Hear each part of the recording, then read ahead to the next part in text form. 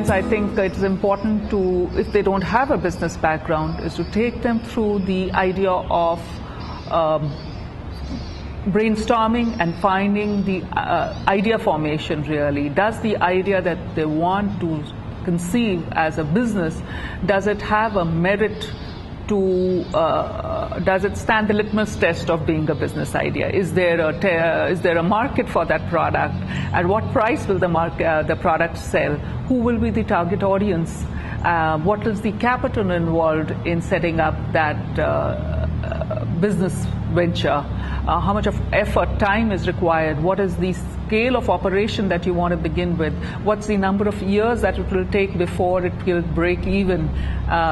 And what's the capital that is involved in starting that business? All of these are questions that need to be answered and evaluated. So whether it is a micro enterprise or it is a small business venture or a large business venture, everybody needs to go through these basic steps.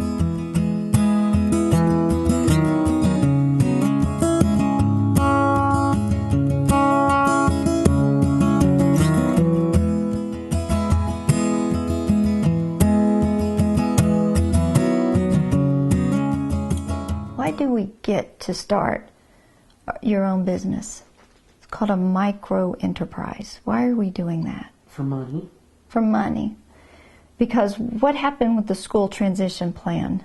It didn't work. It didn't work at all, did it? No. Why do you think that? Because they were mean. Oh, well, you thought that they were mean. Yes, they were, remember? Maybe they weren't real person-centered and listening to what you're really good at. Mm-hmm. And then from there, you worked for a little while someplace else. Yes. Where did you work? Hillgrove?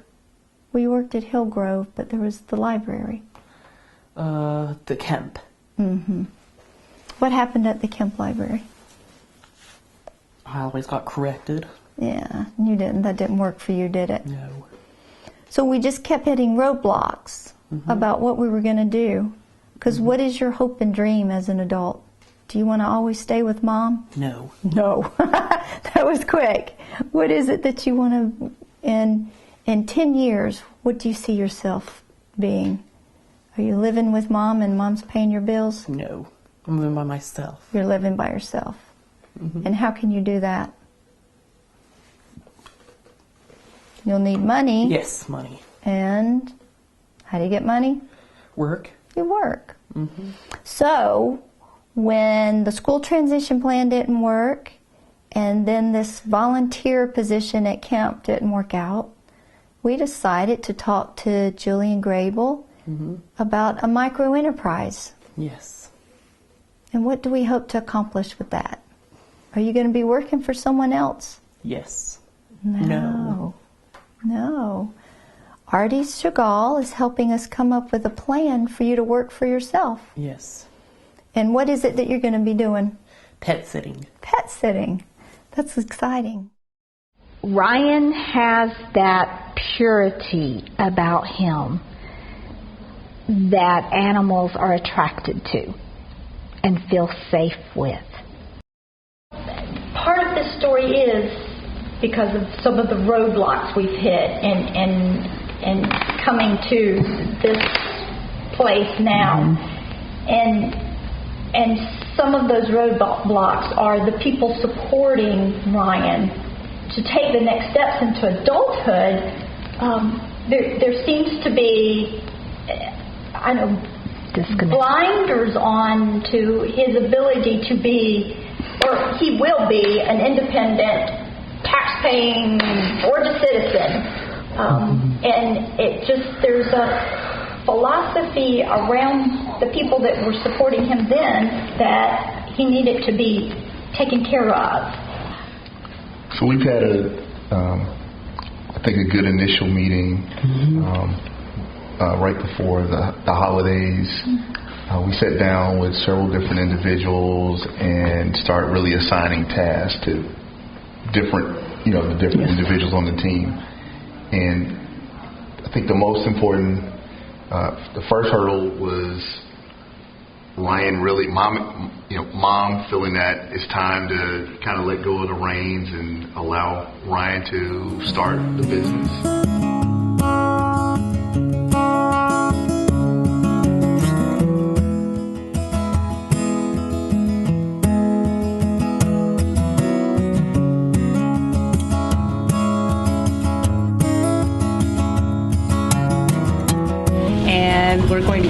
lovely, lovely poetry this evening. I want to thank the Georgia Microboards Association for sponsoring this and helping to bring it all together, to bring us together around this celebration of the artistic work of Mr. Larry Hood. He's a brand new poetic voice.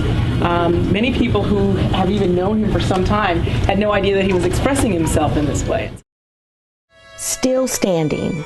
I am still standing. No matter what I go through in my life, I am still standing. No matter what storm may come, I am still standing. No matter who may lie on me, I am still standing. No matter what people may think or say, I am still standing. No matter if the road gets rough, I am still standing.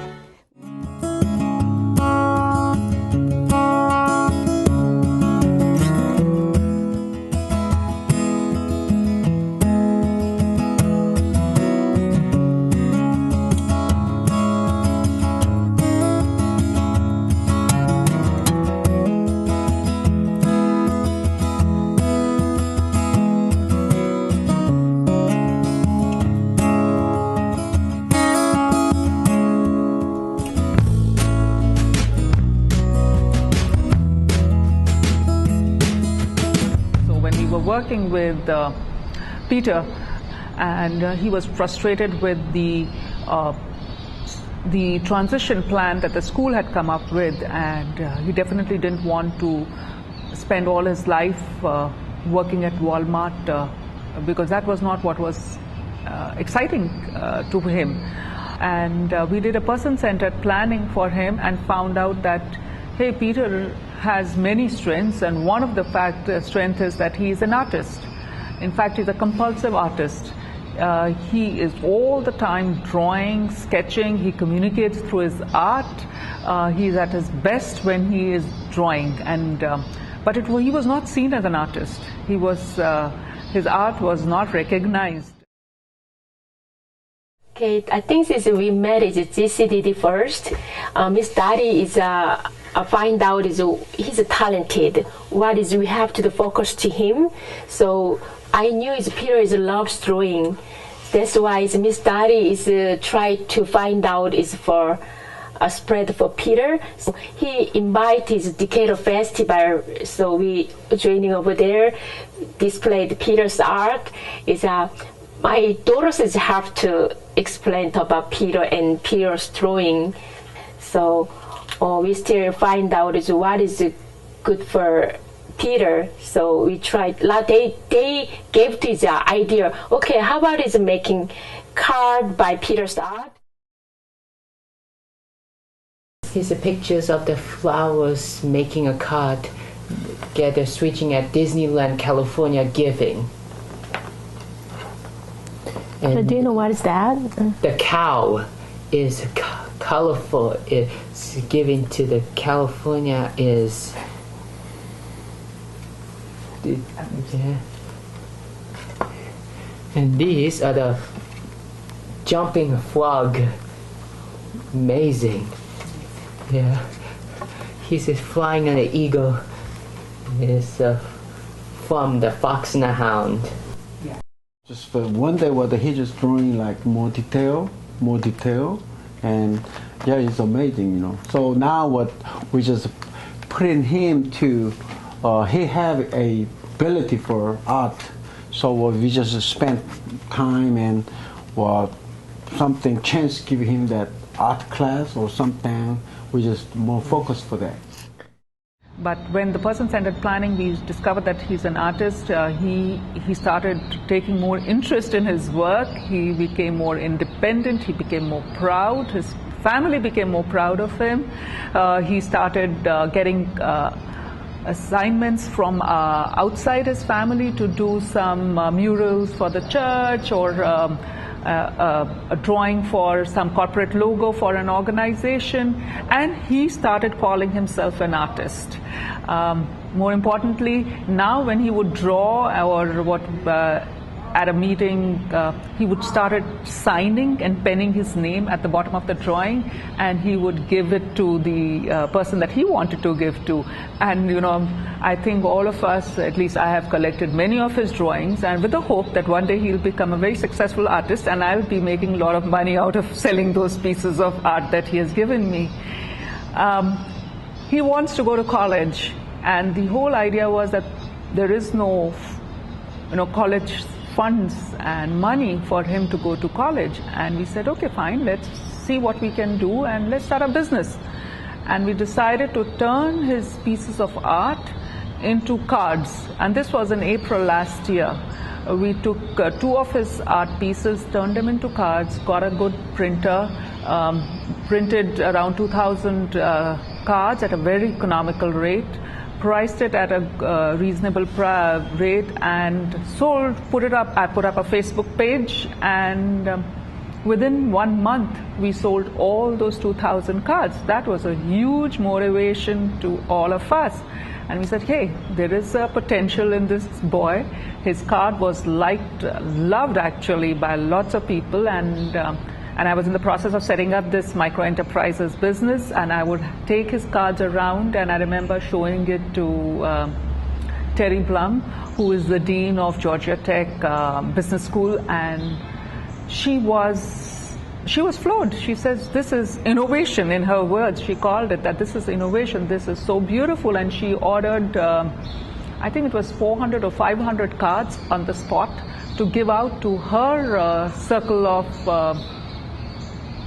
friends and people in the college, and we found a lot more success like that. Wherever I've taken those cards and showcased them, people have just loved his art. So around October we came up with a Christmas theme, and he was able to sell the entire 3,000 cards that we printed at that time. And of the total, in these 6-8 months from April to December, he made a profit, and I say net profit after taking out all the other expenses of printing and postage, etc. He made a net profit of $3,000, and ensuring that this not remain a hobby or a one-time effort, but becomes a sustainable business.